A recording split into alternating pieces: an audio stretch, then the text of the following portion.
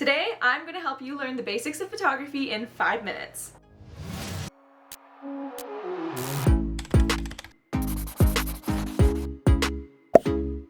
So, you just got your brand new camera and you're wondering what the heck all of these different buttons are, and you just want to know how to take a simple picture. Let's start with settings. Depending on the camera you have, you'll probably find a dial that has a bunch of different letters on it and you probably have no idea what they mean. But for most cameras, you'll probably have an M, AV, TV, P, and A+.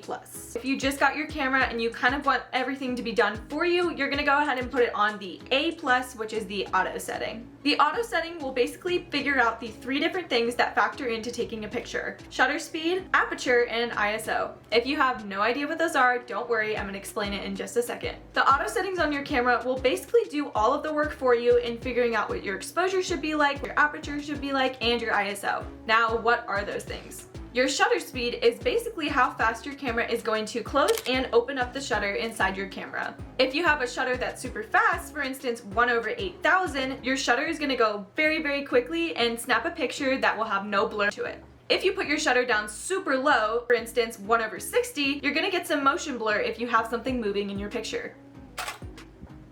I did not mean to do that. Let's move on to aperture. Aperture basically decides how much light is getting let into your camera. If you look inside your lens, you'll probably find something that looks like this, and it can be opened all the way up or closed super close in. Your aperture is basically what decides how much you want to be in focus in your picture. With a super low aperture like 1.4, you're going to get a much blurrier background than if you put your aperture at f/22. Most lenses can go all the way up to 18 to 22, and if you want a super nice expensive lens, you're going to be able to go all the way down to 1.2. Now let's talk about ISO. I don't know if some people call it ISO, but ISO is basically your camera trying to compensate for helping bring more light when you need it. Adding too much ISO though can make your photos super grainy and not look too great. For instance, if you're trying to take a picture of something moving really quick, you want to make sure you get a faster shutter speed, and if you go too low, like 1/80, you're going to get a lot of motion blur. So you want to make sure you up your ISO just a little bit so that way you can compensate and still keep your shutter speed relatively high so you can get no motion blur in your picture. Now the better the camera, the better the ISO. Do not try and crank up your ISO to make your picture brighter if needed. Focus on your aperture first, then fix your shutter speed, then you can do your ISO.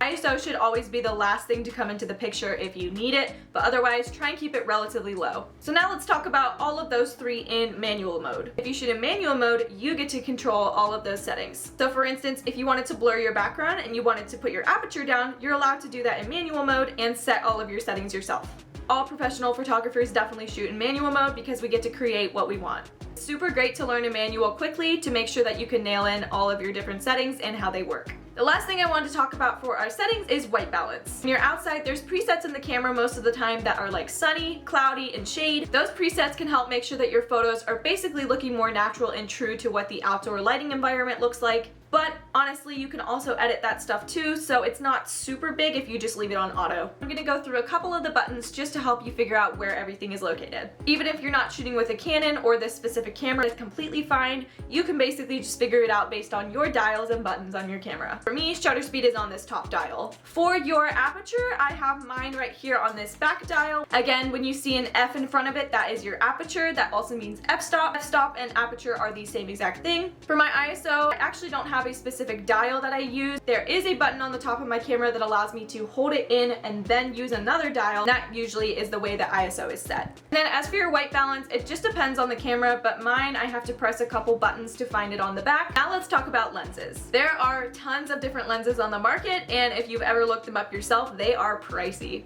As I talked before, with lower apertures, the lenses are usually more expensive. So if you can get interchangeable lenses on your camera, you'll probably find things like the 35, 50, 85, 70 to 200, and many others. The 50 focal length is one of the most popular because it's so true to what we see out of our own eyes. I highly recommend if you're starting out somewhere and you're not really sure what to do, definitely check out the 50 1.8. Next up, we're going to talk about focusing. I honestly shoot on auto most of the time anyway, so manual's not that big. If you've ever wondered where you should be focusing when you shoot portraits, always make sure that the focusing dot is on an eye. Unless of course for a creative aspect and you wanted to kind of throw that idea off. But for most normal portraits, always make sure to focus on the eye. You've probably heard of something called RAW. JPEG is the normal kind of compressed version of a photo that doesn't allow you to edit as well. The RAW files are just able to be pushed further in editing, and the JPEGs are a little bit less workable. RAW is just the ultimate end goal. The last thing I wanted to talk about in this 5-minute video is composition. It takes a lot of time to practice your composition and kind of finding your style that you want to do. In composition, there is a rule called the rule of thirds. The rule of thirds is basically just an easier way to help you figure out your composition in your photos. This is all subjective and up to the person that's creating. On the screen, you'll see examples of the rule of thirds in action.